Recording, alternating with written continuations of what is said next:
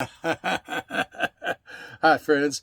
Joel Pal Papadale here with another episode of Christ versus Culture. Now, this is the video series that explores the meaning and the implications of 1 John 2:15, which says, "Love not the world, neither the things that are in the world. If any man loves the world, the love of the Father is not in him." And what that means, love in the biblical sense means preference, priority. So what that means is Jesus Christ must be the highest priority in your life, not anything in the world. Now, this is literally one of hundreds of videos that are being uploaded onto YouTube that are from articles that I've written about Bible topics. And there are two purposes for doing this. One, to provide a body of educational content for the church community today, and two, to leave a legacy of content for people who are left behind after the rapture, and there will be literally millions and millions of those. Well, who am I?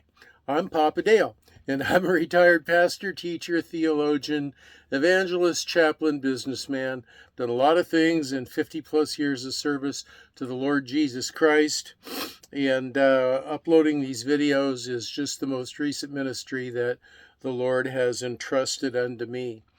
So it's important that you should want to know something about anyone who claims they're going to teach you something about the Bible, because the Bible says that in the end times, many false teachers will rise up. So I've made a video, Papa Dale intro, about myself, tells you a little bit about my education, schools I went to, churches I served, family life, and so forth. So you can know a little bit about me. But the main way that you should know whether a teacher is true or false is listen to what they teach and compare it to what the Bible says.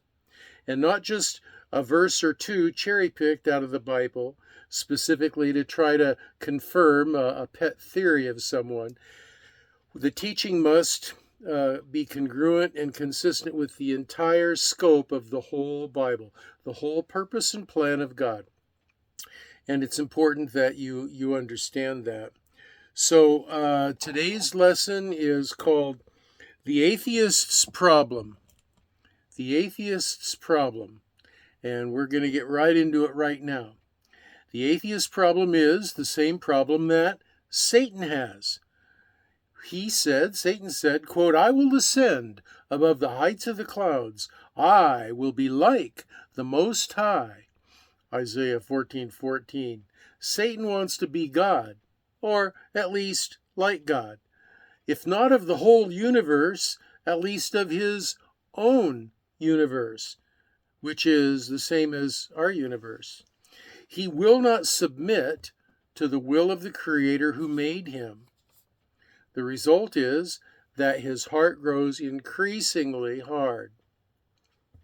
Now, Pharaoh demonstrated that process of an increasing, hardening heart when Yahweh, through Moses, told him to let my people go. 10 times, Pharaoh's heart became hardened against God's will and in favor of his own. Sometimes God hardened his pagan, rebellious heart. Sometimes Pharaoh hardened his own heart. Most of the time, it was probably kind of a combination of the two. The man who refuses to humble himself before Yahweh will be humbled by Yahweh. See, the scripture says that at the very end, every knee shall bow and every tongue confess. Now, that includes Satan and the demons and everybody. Hitler, Mao, everybody's knee shall bow and every tongue shall confess that Jesus Christ is Lord. He's God. He's Yahweh. And so you can do it now and experience his grace and his forgiveness, and you can accept him as your Lord and Savior and be thankful for the fact that he paid your sin debt by dying for you on the cross in your place, or you can continue the charade of you will be able to be in control of your own life forever. You won't. You will have to bow the knee at some point. The problem for the atheist is never a lack of evidence, an unbelievable belief system, or any other rationale that he gives. The atheist is not really searching for truth, in spite of his professions to the contrary. He will always find a way to manipulate the evidence to justify his own personal hegemony. See, it's in our nature. It's our fallen sin nature. We want to be in charge. And even though ultimately we can't be forever in charge, we want to be, and so we struggle with the data, with the facts, and we try to make them fit into a jigsaw puzzle that was never intended. We force the pieces here and there, and we try to create something that's going to match what we want the future to be like, and it just won't. The atheist will always find a way to manipulate the evidence to justify his own personal ideas, his own personal fiefdom. Jesus reveals this in Matthew. Jesus says, quote, "But whereunto shall I like this generation? It is like unto children sitting in the markets and calling unto their fellows and saying, We have piped unto you, and you have not danced. We have mourned unto you, and you have not lamented.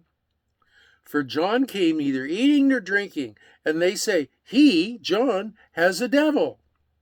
The Son of Man came eating and drinking, and they say, Behold, a man gluttonous, and a winebibber, and a friend of publicans and sinners." No answer is ever good enough for the atheist.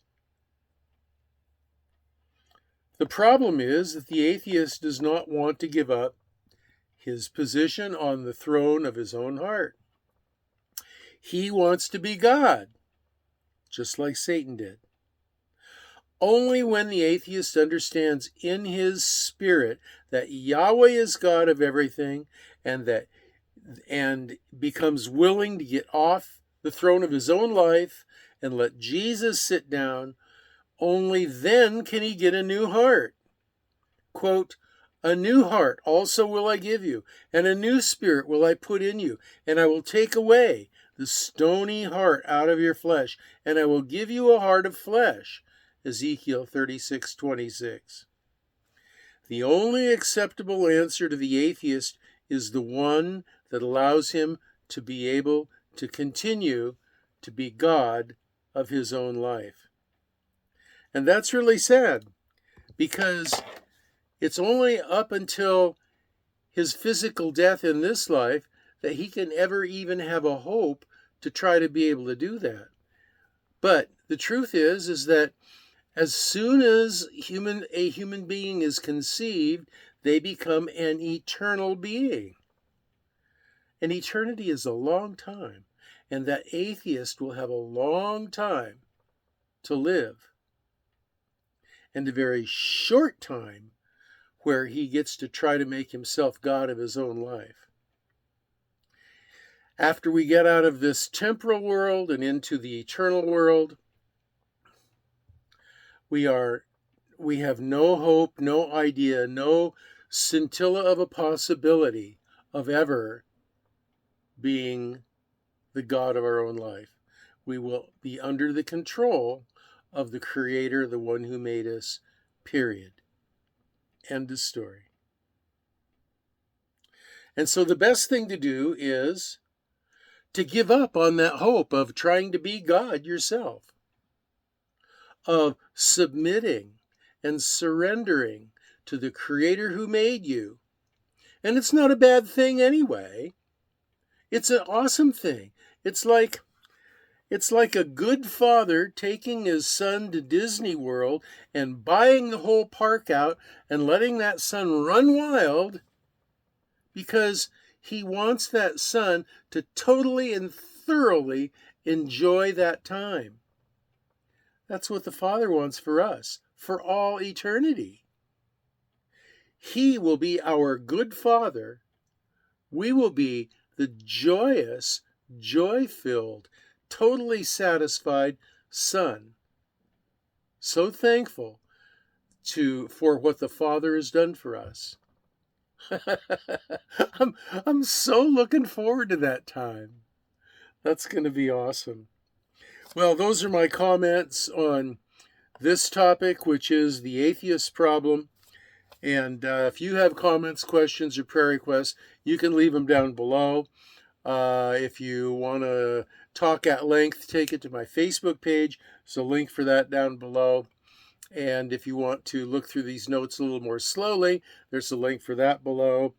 Until the next video, if the Lord lets me upload one, I think there might be some time left for me to upload one before the rapture.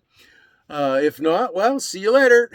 But if there is time and he lets me upload another one, until then, it's your old pal Papa Dale signing off and saying, I love you, and I will be praying for you that you will be well and that you will be blessed. And let's see, that's 1, 2 thumbs up.